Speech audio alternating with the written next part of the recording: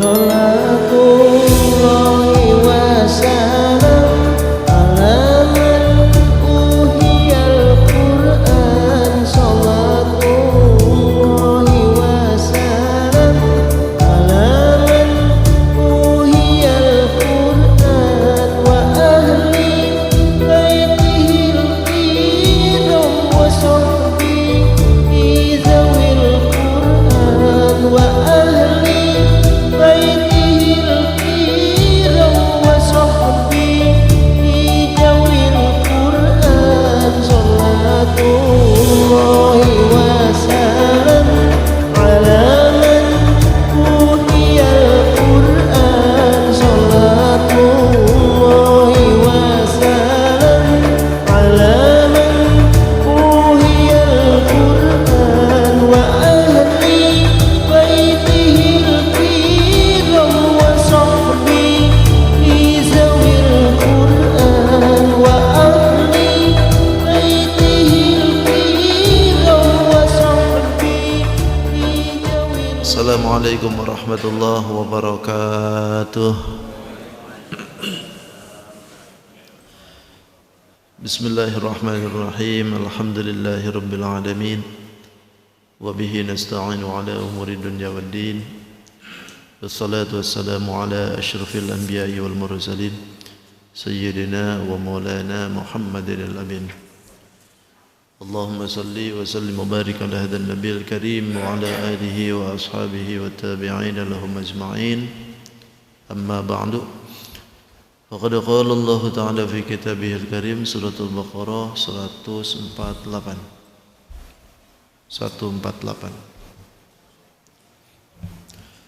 A'udzu billahi minasy syaithanir rajim. Bismillahirrahmanirrahim. وَلِكُلِّ وِجْهَةٌ هُوَ مُوَلِّيهَا فَاسْتَبِقُوا الْخَيْرَاتِ أَيْنَمَا تَكُونُوا يَأْتِ بِكُمُ اللَّهُ جَمِيعًا إِنَّ اللَّهَ عَلَى كُلِّ شَيْءٍ قدير. ومن حيث خرجت فول وجهك شطر المسجد الحرام وإنه للحق من ربك وما الله بغافل عما تعملون. ومن حيث خرجت فول وجهك شطر المسجد الحرام وحيث ما كنتم فولوا وجوهكم شطره لئلا يكون للناس عليكم حجة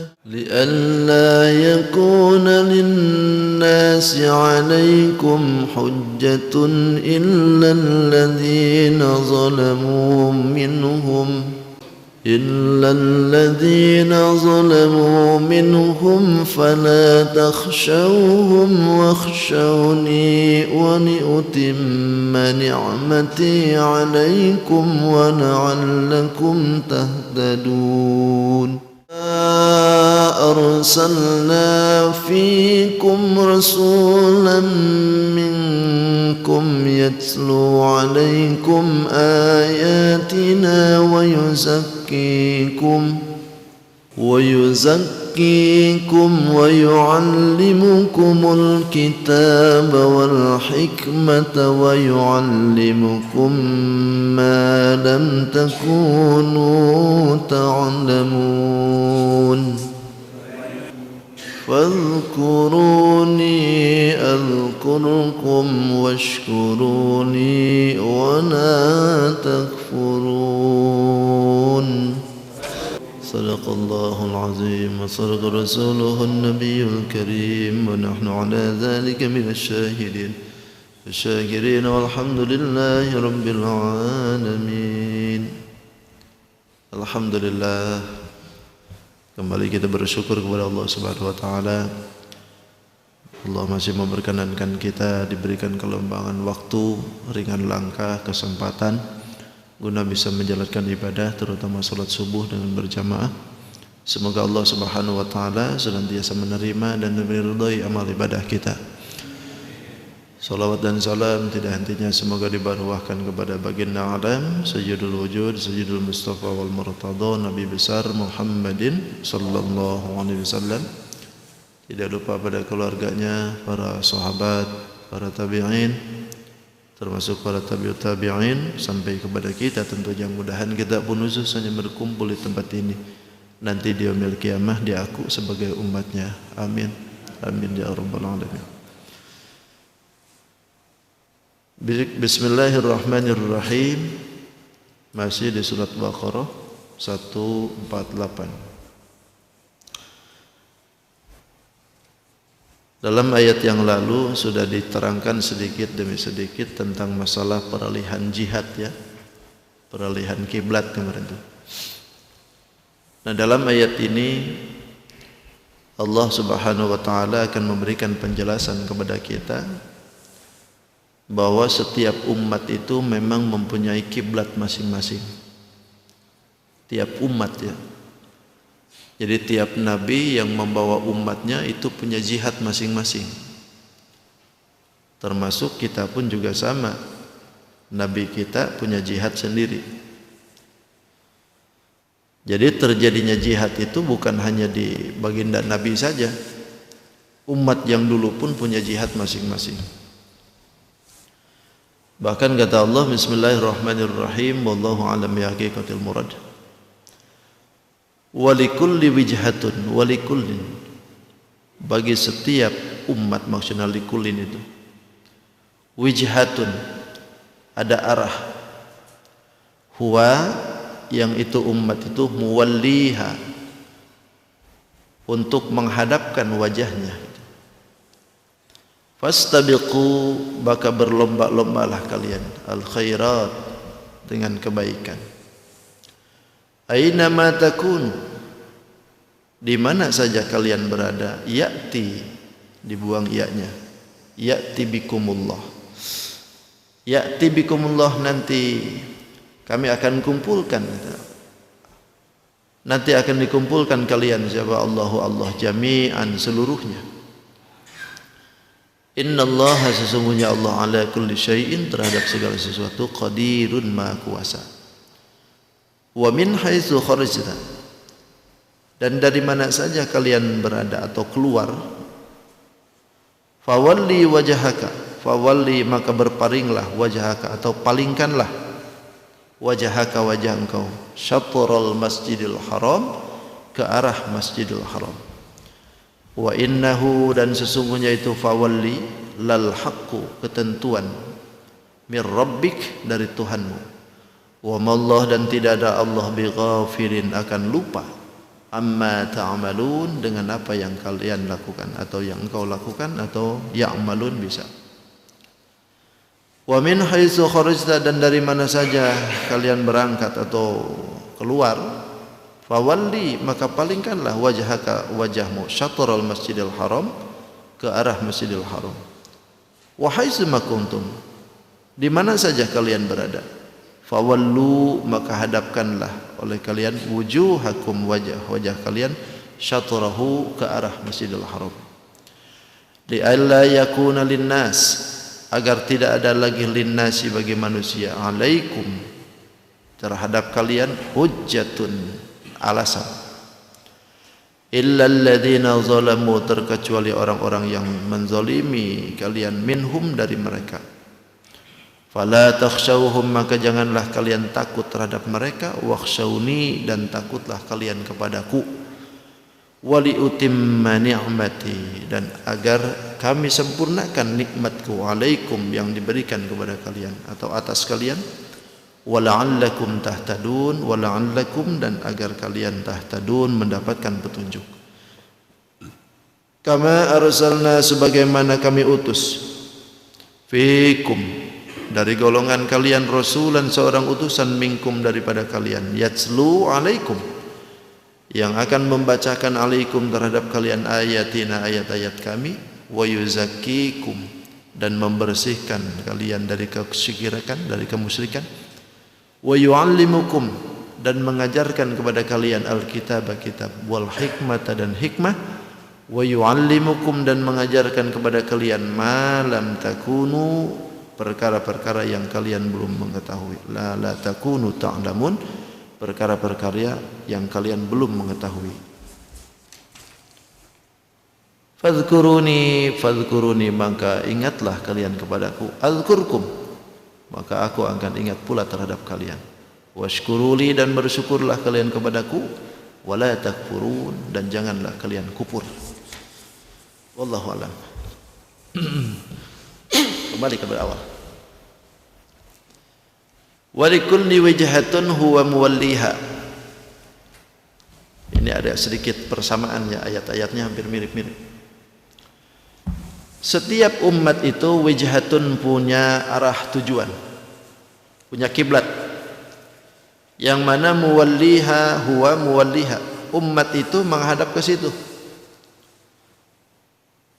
Dalam sholatnya, dalam qiraat lain itu mawallaha, bahkan bukan muwalliha tapi muwallaha,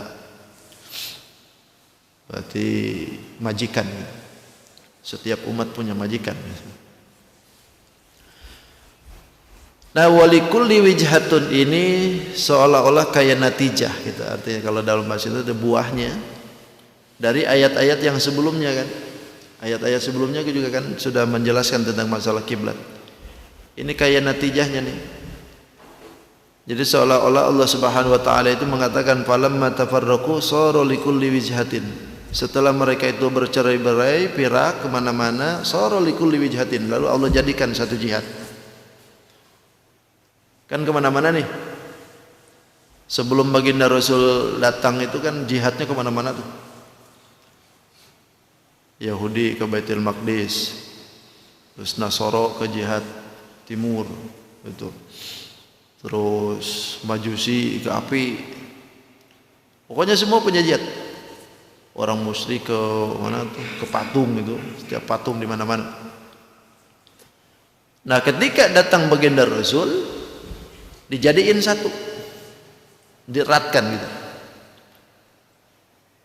Seolah-olah ini mengeratkan semua yang terpecah tadi itu. Natijahnya sara likulli wijhatin, maka satu jihad semua. Pokoknya jihad manapun dia, menghadap kemanapun asalnya, ketika datang Rasulullah ditunjukkan ke satu jihad, maka baliklah ke situ semua. Fastabiqul khairat, kata Allah. Maka berlomba-lombalah dalam kebaikan, kata Allah. Badiru ila ta'ati wa qabuliha. Bersegeralah untuk ketaatan dan untuk qabulnya ke sebuah ketaatan. Kan memberikan isyarah kepada satu tempat ya. Yang mana fastabiqul khairat ini jamu khairin. Jamaknya, kumpulannya daripada khair. Khairatun khairun, khairani khairatun. Pokoknya ayo berlomba. Kita lombaan semua nah. Kita ini berlomba semua nih. Jadi ada kalimat musabaqah itu. Pastabiqu itu. Musabaqah itu pastabiqu. Berlomba-lomba. Berlomba-lomba pengen dapat tapi pengen dapat hadiah. Ini pastabiqul khairat. Ayo berlomba-lomba dalam kebaikan. Mau lewat mana dalam kebaikan itu? Ayo silakan. Mau lewat sholat, mau lewat puasa, mau lewat zakat, mau lewat haji, umroh, infak, dzikiran, tasbihan, pokoknya apa yang kita bisa. Berlomba sudah. Kita ini pada hakikatnya lagi lomba nih semua. Nanti siapa yang paling unggul di hadapan Allah nanti? Tidak tahu yang paling unggul itu siapa, tahu semuaan bapak-bapak yang paling unggul itu. Dari semua yang hadir di sini lebih unggul daripada yang ngomong, bisa jadi. Iya. Karena perlombaan itu kan siapa yang tahu. Kadang-kadang dikira bukan unggulan, begitu sudah lomba jadi unggulan. Kan gitu. Kadang-kadang ini orang ini tidak bisa diprediksi nih. kayaknya kalah nih. Begitu sudah lomba ternyata menang. Begitu juga dengan kehidupan kita. Ini fastabiqul khairat kata Allah. Ayo berlomba dalam kebaikan. Bahu membahu kita ini menanam kebaikan. Bahkan Allah sebutkan aina ma takunu, dimanapun kalian berada. Aina itu isim syarat kan. Aina ma takunu, dimanapun kalian berada, ya'ti bikumullah, Allah pasti akan mengumpulkan kalian jami'an seluruhnya. Yajma'ukum yaumal qiyamah fayuzazikum bi'amalikum, pasti kata Allah kami akan kumpulkan nanti di yaumil qiyamah, akan balas amal kalian semua. Kalimat yang disodorkan aina ma takunu ya'ti bikum, dimanapun kita berada, ya'ti bikumullah, Allah akan datangkan semua, Allah akan kumpulkan semua. Bahkan kalimatnya pun jami'an, seluruhnya, nggak ada satu-satu. Berarti siapapun dia tuh, orang manapun itu, rasnya apa, kulitnya kayak apa, jihad mana dia, bangsa apa, nggak peduli, semuaan bakal dikumpulkan oleh Allah. Innalillahi wa inna ilaihi rajiun, kan gitu. Dimanapun kita ini berada, aina ma takunu. Berarti kalau dikecapain aina ma takunu, semua orang itu dimanapun dia pasti ketemu dengan balik ke Allahnya itu. Walaupun dia baliknya di Sungai Mahakam gitu, tetap aja balik. Aina ma takunu. Bahkan Allah memberikan dalilnya, innallaha ala kulli syai'in qadir. Ini seolah-olah menjadikan dalil ini bahwa Allah untuk berbuat sesuatu itu qadirun, kuasa. Wa huwa ala jami'uhum idza yasha'u qadir. Ketika Allah Subhanahu wa taala mau mengumpulkan mereka, idza yasha'u, ketika Allah mau, qadirun, kuasa. Kalau Allah berkehendak, qadirun, kuasa. Mengumpulkan kapan saja, di mana dia, kapanpun waktunya, hari apa, jam berapa, kuasa Allah. Innallaha ala kulli syai'in qadir.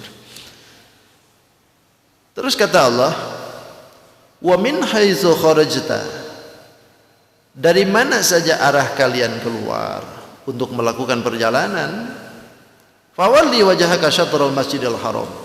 Karena ini jihad sudah ditetapkan ke Baitul Haram, ke Ka'bah kemarin kan.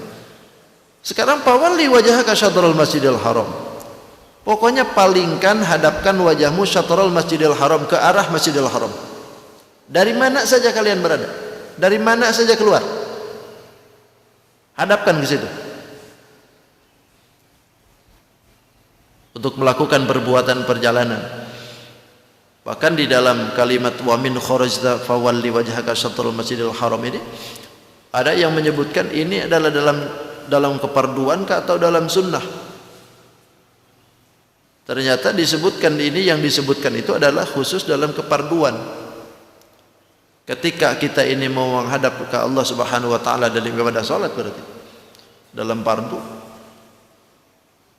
jihadnya ya mesti ke situ.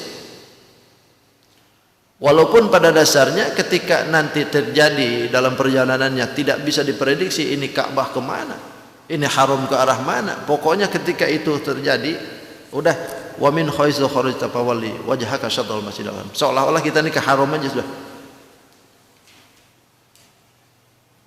Beda halnya kalau di dalam sholat sunnah. Kalau sunnah itu wa amman nafilah fatajuzu fis safari li ghairil qiblati bi syuruti madhkuratin fil fiqh. Kalau dalam perihal sunnah kan diperbolehkan menghadap kemana aja ketika dalam perjalanan itu, tapi sesuai dengan konsep yang tertera di dalam hukum fikih tentunya ya. Artinya alasannya harus jelas dulu. Karena mungkin buru-buru tidak bisa untuk berzikran, lalu kita berjalan aja sudah, nanti di perjalanan sholat gitu. Ketentuan seperti itu. Pokoknya arahkan kemana saja. Nah ini wa innahu lal haqqu mir rabbik. Kalimat innahu ini kan domir nih. Domirnya ini memang para mufassirin ada beda-beda. Ada yang domirnya ini menyebutkan pada nasakh, artinya fa innahu, sesungguhnya penghapusan kiblat yang dulu ke Baitul Maqdis. Ada juga yang menyebutkan ini domirnya ke tawalli, berpaling. Bahkan ada juga yang menyebutkan bahwa ini adalah domirnya ke Nabi. Wa innahu, lan sesungguhnya Nabi. Kenabian itu lal haqqu min rabbik. Sungguh ketentuan yang hak, ketentuan yang betul min rabbik, dari Tuhanmu. Atau kalau misalkan wa innahunya itu berpaling, berarti berpalingnya kiblat dari Baitul Maqdis ke Haram itu lal haqqu min rabbik. Ini adalah ketentuan yang hak dari Allah.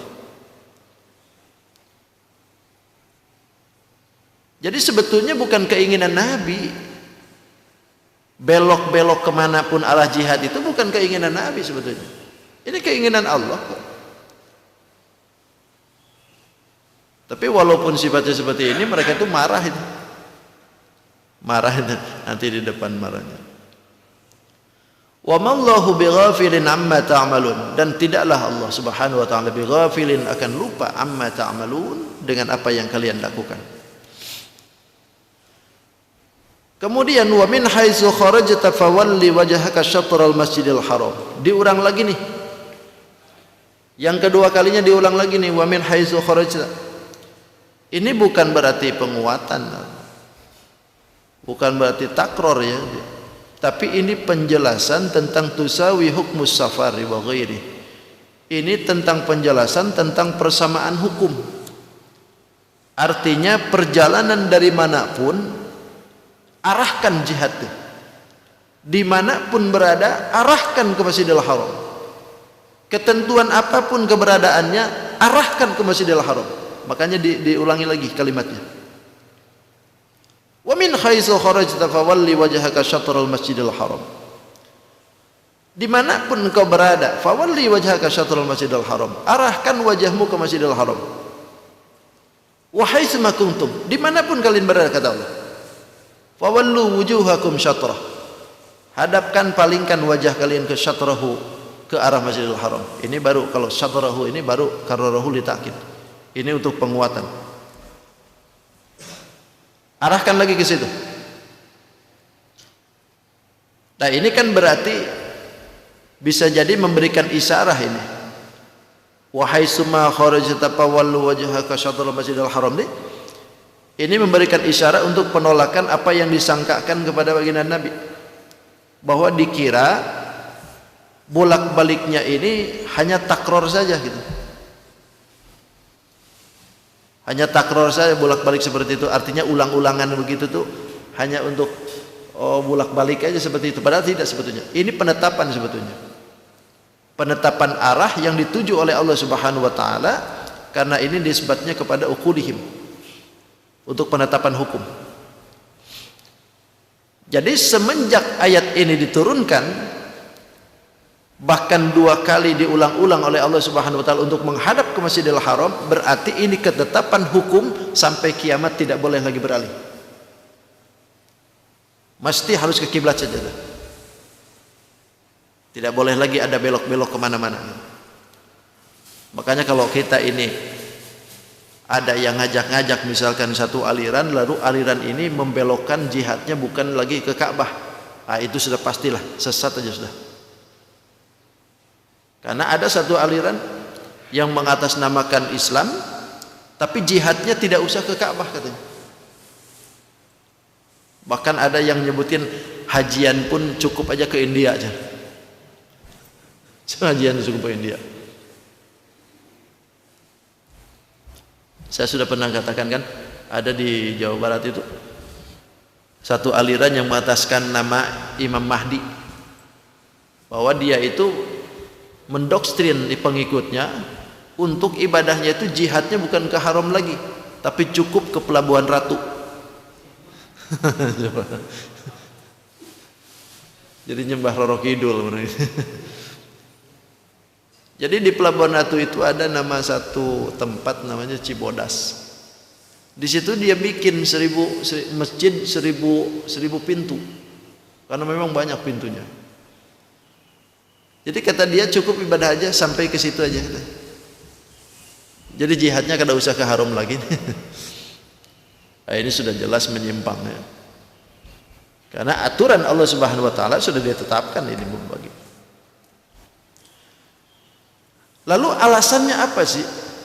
Sampai Allah menetapkan sedemikian rupa halnya dari Masjidil Baitul Maqdis ke jadi haram itu. Lalu ditetapkan dengan beberapa kalimat ayat yang menentukan untuk ke haram itu. Tujuannya satu sebetulnya. Li'alla yakuna linnasi 'alaikum hujjah. Itu aja. Supaya tidak ada lagi linnasi bagi manusia. Maksud linnas ini sebetulnya Yahudi dengan musyrikin. Jadi supaya tidak ada lagi alasan bagi Yahudi dengan musyrikin untuk berhujjah, untuk berdalih, untuk menanyakan kenapa gitu. Karena mereka ini sering berdalih ke Rasulullah. Bahkan di dalamnya itu ada 4 perdalihan atau alasan yang mereka itu kadang-kadang nyinyir gitu dengan perihal ini. Pertama, orang Yahudi itu nyinyir dengan musyrikin itu tentang masalah kiblat ini. Mereka menanyakan madahu yusalli qiblatuna wala yattabi'u dinana. Kenapa Muhammad itu dia itu ngikut kiblat kami, tapi ngikutnya sholatnya itu dia melakukan perbuatan sholat gitu. Tapi kiblatnya ngikut kami, tapi agama tidak ikut kami. Kenapa gitu Muhammad itu seperti itu?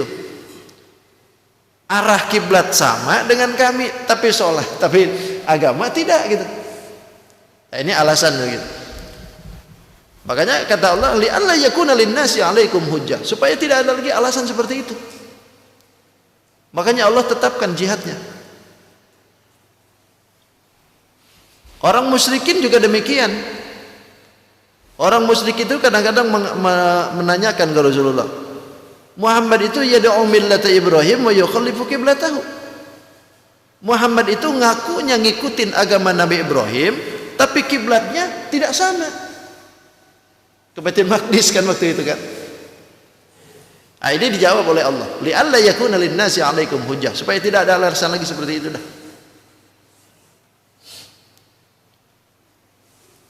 Yang ketiga, orang Yahudi itu kadang-kadang ngomong gini lagi, ma yahulu ilaiha illa mailan lidinil jahiliyah. Tidaklah Nabi Muhammad itu mengarah lagi ke arah Baitul Ka'bah, ke haram lagi, terkecuali ngikutin condong terhadap agama jahiliyah. Itu tuduhan Yahudi itu. Jadi saking keselnya Nabi Muhammad beralih lagi kiblatnya dari Baitul Maqdis ke haram, sampai dituduh seperti itu. Ah, itu hanya ngikutin agama jahiliyah aja kan. Padahal Rasulullah tidak seperti itu. Ini ketetapan jihad. Makanya kan disebutkan illal ladzina zalamu minhum, kecuali orang-orang yang dolim dari mereka. Yang dolim itu siapa? Yang mengatakan demikian, bahwa beralihan kiblat dari Masjidil Baitul Maqdis ke Baitul Haram itu dikiranya ngikutin Yahudi, dikiranya adalah agama yang diikuti adalah musyrikin atau condong kepada jahiliyah, padahal tidak. Bahkan orang musyrik juga sama, kadang-kadang nyinyirnya dengan Rasulullah, lam yazal Muhammadan fi hiratihim. Mereka itu nyinyir ke Rasulullah itu, Muhammad itu tidak henti-hentinya ya dalam kebingungan. Kalau bahasa kita itu begitu. Karena beralih-beralih kiblat kan itu. Nah, jadi li'alla yakuna linnasi 'alaikum hujjah, supaya tidak ada lagi dah ngomong-ngomong seperti itu kata Allah. Makanya ditetapkan oleh Allah. Fala takhshawhum wakhshawni, kata Allah. Fala takhshawhum, kalian jangan takut terhadap mereka. Ay takhafu jadalahum fi tawalli ilaiha, kalian jangan takut tentang perdebatan mereka dalam peralihan kiblat. Gak usah takut kata Allah. Gak usah mundur, pokoknya maju terus kata Allah. Jangan mundur. Karena patahwilul kiblat di hukmil azimah, peralihan kiblat itu punya hukum yang gede, yang besar, yang lebih utama gitu. Apa sih tujuannya peralihan hukum ini yang lebih utamanya? Pertama, tujuan daripada peralihan hukum itu punya hukum yang besar itu tamyizul mu'min min ghairi, untuk membedakan antara mukmin dengan yang lain. Mana mukmin, mana bukan. Ini adalah bagian dari ketentuan yang diberikan oleh Allah, hikmah daripada peralihan kiblat. Mana mukmin, mana bukan. Ayo. Pertama itu. Yang kedua, inqita'ul hujjah. Ini adalah untuk pemutusan hujjah. Artinya mengkat segala alasan yang diberikan oleh mereka kepada Rasulullah. Pokoknya tidak ada alasan lagi. Ikutin aja Rasulullah sudah. Lalu yang ketiga, ismamun nikmah, penyempurnaan nikmat. Makanya di sini disebutkan, fala takhshawhum wakhshawni. Jangan kalian takut terhadap mereka dalam perdebatan masalah kiblat, tapi wakhshawni, takutlah kalian kepadaku. Karena kalian itu wali utimma nikmati alaikum. Sungguh kata Allah, kami akan sempurnakan nikmat kalian. Jadi peralihan nikmat itu, peralihan kiblat itu adalah satu nikmat. Jadi berpalingnya dari Baitul Maqdis ke Masjidil Haram itu peralihan nikmat itu. Penyempurnaan nikmat itu. Bahkan salah satu lagi yang keempatnya al-huda, al-ihtida. Artinya petunjuk hidayah yang diberikan oleh Allah kepada mukmin supaya jihadnya sekarang putar arah semua. Kan hidayah itu. Berarti hidayah ini sampai juga ke kita tuh. Kita pun mengarah kemana ketika sholat kan alhamdulillah jadi tahu sekarang. Mungkin kalau Allah enggak menetapkan seperti ini kita juga kebingungan. Jihadnya mungkin masjid itu beda-beda, ada yang ke kanan, ke kiri. Dalam satu kampung ada 4 musola, 2 masjid. Arah kiblatnya tidak ditentukan, pasti beda-beda tuh.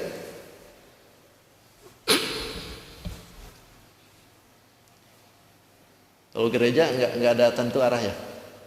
Kemana aja? Hah? Kemana aja mengarahnya kalau gereja?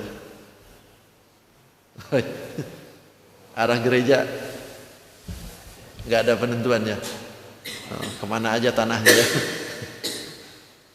Kalau masjid kan kiblat nih, semuaan dari arah timur, barat, utara, semuaan ke Ka'bah gitu. Kalau gereja enggak ya? Pokoknya gimana tanahnya aja, madep kanan gitu ya.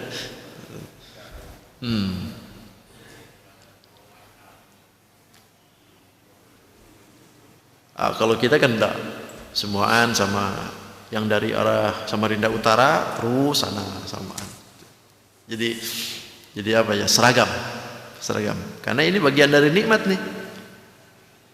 Nikmat kita diberikan petunjuk itu. Bahkan disebutkan di sini wali utimma ni'mati alaikum, agar kami sempurnakan nikmatku terhadap kalian. Bukankah di dalam ayat yang lain ada yang menyebutkan al-yauma akmaltu lakum dinakum wa atmamtu alaikum ni'mati. Lalu apa bedanya dengan ayat ini gitu? Kayak penentuan kenikmatan itu adanya di dalam ayat ini kan gitu. Sementara di dalam ayat itu apa? Sebetulnya rahasianya begini. Yang dimaksudkan di sini ini adalah penyempurnaan yang menghadap kepada kemuliaan. Artinya penyempurnaan nikmat jihad. Jadi penyempurnaan jihad atau arah itu adanya di sini. Sementara ayat al-yauma akmaltu lakum dinakum wa atmamtu alaikum nikmati itu adalah penyempurnaan agama. Gitu. Jadi bedanya di situ. Jadi kalau itu adalah ayat itu menyempurnakan agama, sementara di sini adalah penyempurnaan jihad. Jadi bukan berarti wali utimma nikmati alaikum itu adalah penyempurnaan nikmat Islam seluruhnya di sini, bukan ayat ini.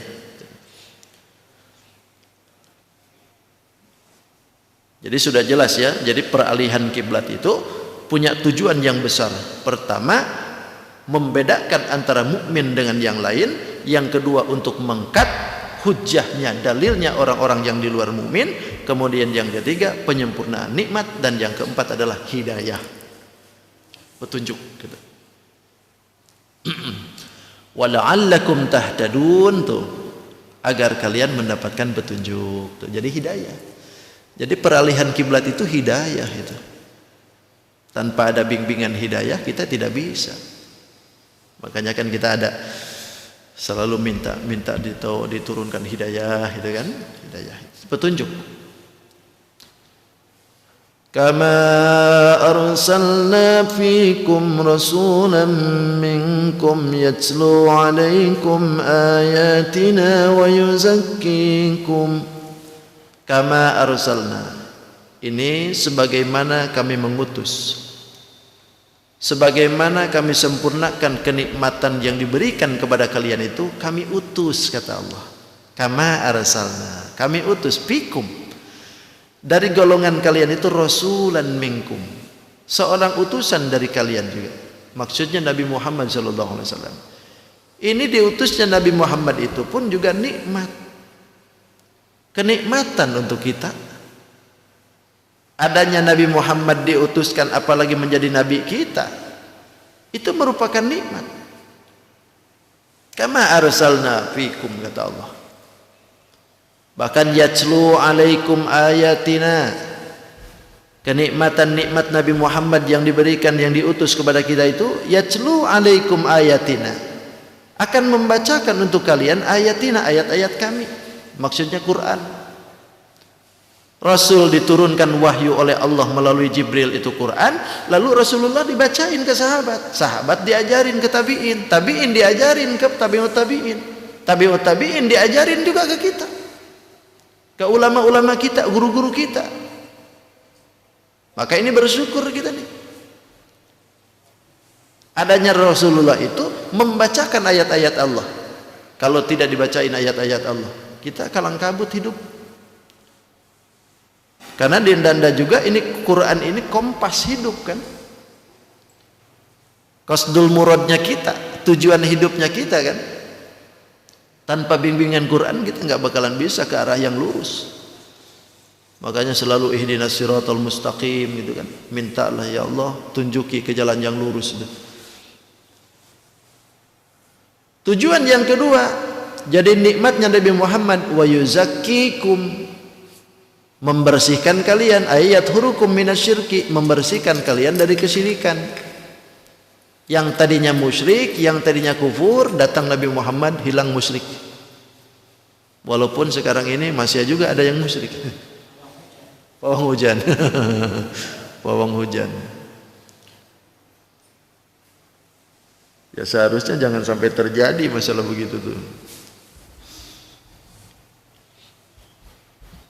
Bahkan di situ tuh kan banyak ulama itu, banyak ribuan masjid itu di NTB itu, terkenal 1000 masjid kan itu.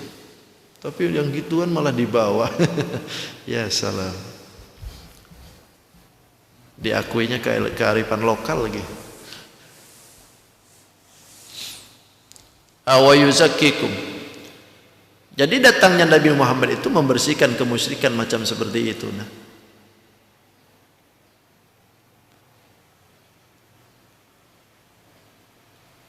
yang ketiga, wa yu'allimukumul kitab, dan mengajarkan kepada kalian Alkitab, maksudnya Quran. Diajarin Quran. Dari mulai hukum-hukumnya, dari mulai cara baca, dari mulai sababun nuzul, bahkan kalimah-kalimahnya Nabi ajarin. Rahasia-rahasianya Nabi ajarin. Semua diajarin oleh Nabi. Bahkan wal hikmah. Hikmah itu apa? Ma fihil hukmu. Perkara-perkara yang ada di dalam hukum itu diajarin oleh Nabi, hukumnya, caranya bagaimana. Pokoknya lengkap dah. Nabi ini ngajarinya lengkap. Wa yu'allimukum ma lam takunu ta'lamun. Pokoknya mengajarkan Nabi itu kepada kalian ma lam takunu ta'lamun, yang kalian belum mengerti. Diajarin dah. Dari mulai alam dunia sampai alam akhirat dikasih tahu tuh oleh Nabi. Sahabat itu dari mulai bodoh sampai jadi cerdas itu luar biasa, diajarin oleh Nabi. Dari mulai saling bunuh, saling sikat, jadi saling sayang, diajarin oleh Nabi. Dari mulai yang bakhil jadi dermawan, itu diajarin oleh Nabi. Jadi intinya betul-betul reformasi Nabi ini merubah segala-galanya. Ya kita tahu bahwasanya negeri Arab itu kan tandus luar biasa dari sekarang. makmurnya luar biasa. Padahal kalau dari segi lingkungan, apa yang bisa dibuat gitu kan? Pertanian nggak bisa, perkebunan apalagi. Cuman ada kurma aja dengan kismis paling, kacang-kacangan. Tapi ternyata Allah berikan yang luar biasa berkat karena adanya akhlak yang diajarkan oleh Rasulullah, perekonomian yang diajarkan oleh Rasulullah, cara hidup yang diajarkan oleh Rasulullah, gaya hidup yang diajarkan oleh Rasulullah. Jadi ketika semua itu berlaku untuk ajaran yang diberikan oleh Rasulullah dijalankan, maka mereka itu sekarang diberikan kemakmuran. Nah, itu sudah janji Allah. Sudah janji Allah kan? Kalau orang itu beriman kepada Allah Subhanahu wa taala, maka Allah buka kan keberkahan dari langit dan keberkahan dari bumi. Maka kata Allah, fadhkuruni adzkurkum washkuruli wala takfurun, gitu. Sebutlah kalian kepadaku, adzkurkum, maka aku pun akan menyebut kalian. Washkuruli, dan bersyukurlah kalian kepadaku, wala takfurun, dan janganlah kalian kufur. Bahkan mengenai wa yu'allimukumul kitab, baginda Rasul pernah menyebutkan, wa ja'altu min ummatika aqwaman qulubuhum anajiluhum. Di dalam hadis qudsi itu menyebutkan wa ja'altu, kami jadikan, min ummatika, dari umat engkau itu ya Muhammad, aqwaman, yang kuat-kuat, qulubukum anajilukum, hatinya itu unajilukum, terang benderang itu. Terang benderangnya itu di mana? Wa yu'allimukumnya itu diajarin oleh Nabi, hatinya jadi terbuka. Coba tengok umat baginda Nabi yang diberikan unajilukum, hatinya diberikan terang benderang. Bayangkan 6.666 ayat bisa dihafal. Satu kitab dihafal. Dalam tubuh, dalam hatinya diberjalankan Al-Quranul Karim. Ini umat Nabi kuat. Bahkan para ulama itu bukan hanya Qurannya, hadisnya ribuan. Coba tengok kitab yang mana yang bisa dihafal seperti Quran. Ada nggak? Ada nggak kitab-kitab di luar Quran yang bisa dihafal? Nggak ada. Dan memang penelitian nggak bakalan bisa dihafal. Tapi kalau Quran, Allah berikan kepada umat Nabi Muhammad itu aqwamal qulubuhum unajilukum. Itu hatinya diberikan kekuatan oleh Allah sehingga berterang benderang. Ribuan ayat sekalipun dia hafal. Bahkan ada anak yang 7 tahun itu, Musa itu, orang mana tuh? Orang Lampung ya. Diberikan keistimewaan oleh Allah, cerdas otaknya kayak komputer aja dia. Ditanya ayat sekian, dah bisa jawab. Begitu dia itu coba ke atasnya, ke atasnya. Disebutin ayat ini ayat berapa, dia jawab. Ini surat apa, surat jawab. Kayak komputer aja dia. Itu kalau otak macam seperti itu dah gaya dah. Cakep sudah. Mudahan cucu kita, anak kita jadi seperti itu nah. Gitu. Enggak mudah itu mendidik, mengarahkan seperti itu tuh. Tergantung orang tuanya. Makanya wa yu'allimukumul kitab ini, Nabi ngajarkan ilmu kepada para sahabat itu sampai Sayyidina Ali itu begini. Kata Sayyidina Ali, "Lau aradu an uqir minal Fatihah, hamala sab'ina ba'iran la fa'altu." Jika aku mau baca suratul Fatihah satu kali, tapi gurunya menyuruh beliau itu memanggul onta 70 onta, aku kerjainlah. Aku kerjain gitu. Nah, Imam Khawasi menjelaskan tentang masalah apa yang dikatakan oleh Sayyidina Ali ini. Kenapa beliau itu menyebutkan seperti itu? Karena Sayyidina Ali itu salah satu orang yang diberikan anugerah oleh Allah Subhanahu wa taala, an a'tani mi'ata alfi ilmin. Diberikan Sayyidina Ali itu ilmunya itu 100.000 ilmu. Kata Sayyidina Ali, aku ini diberikan oleh guruku Nabi Muhammad, berarti kan diajarin 100.000 ilmu. Bahkan dari sekian 100.000 ilmu itu Wa tis'atun wa tis'ina alfan min ulumil Fatihah. 99.000-nya itu semua dari ilmunya Fatihah. Jadi 99.000-nya dari suratul Fatihah. Selebihnya di luar Fatihah. Berarti Fatihah ini ajib kan ilmunya. Makanya kemarin waktu penjabaran Fatihah kan seperti itu. Kehebatannya suratul Fatihah itu. Jadi Sayyidina Ali itu punya ilmu yang berkembangan banyak itu. Banyakannya dari suratul Fatihah. Makanya karena beliau itu diajarin oleh baginda Rasul suratul Fatihah begitu dahsyatnya, hebatnya ilmunya dan sebagainya. Maka ketika disuruh seperti itu, walaupun memanggul onta 70, saya lakuin gitu. Saking manutnya dengan yang diajarin. Ini kadang-kadang hafalan surat sudah berapa, juz sudah berapa, gurunya ditempeleng. Kan gila. Oh, malah gurunya ada yang dipukul, dibunuh.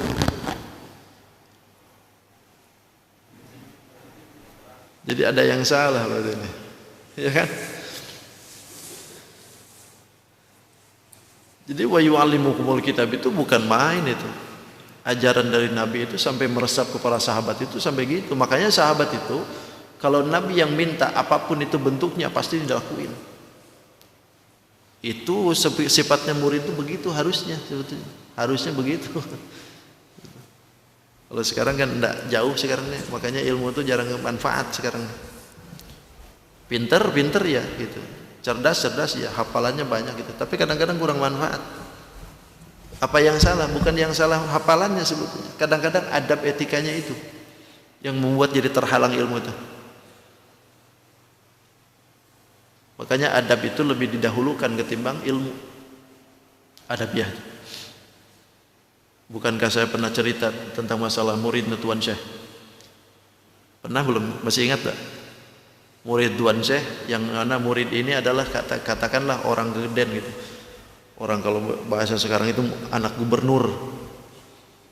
Nyantri di Tuan Syekh.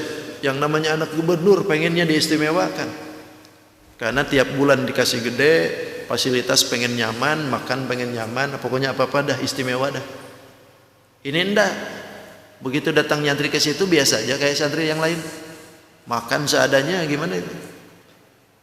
Ada orang yang laporin ke bapaknya tuh. Bapaknya enggak suka. Lantaran anak saya anak gubernur.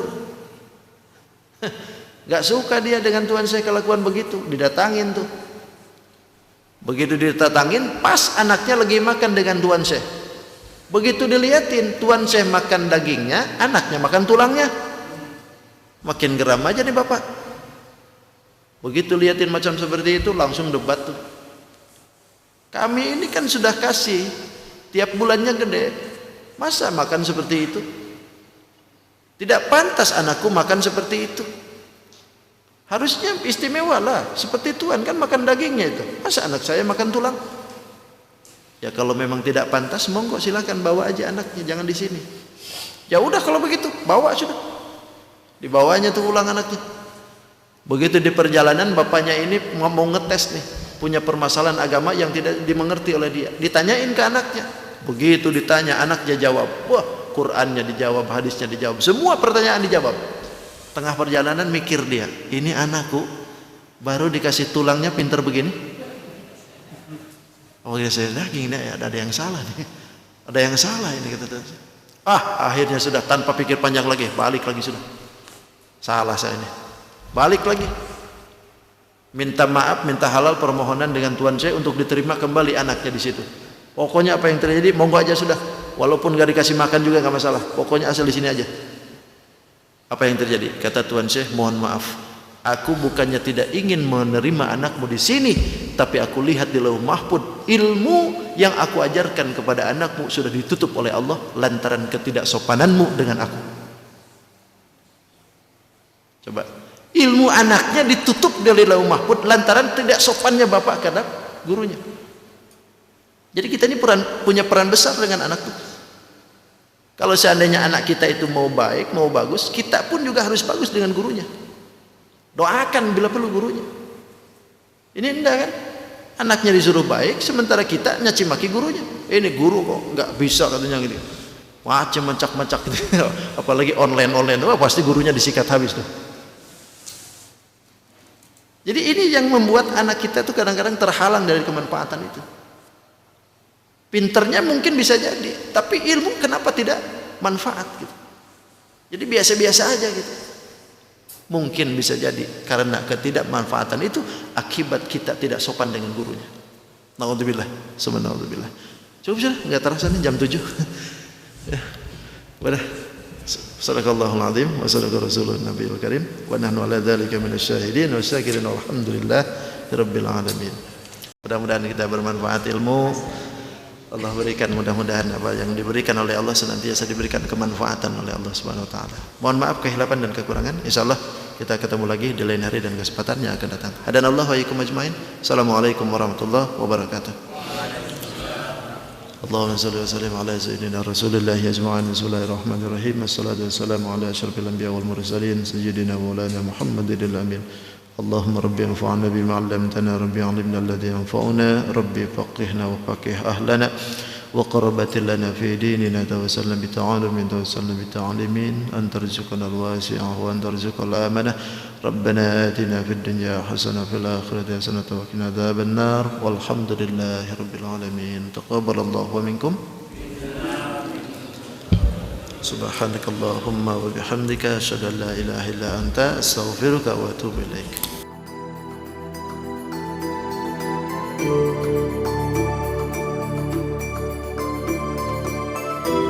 Salatu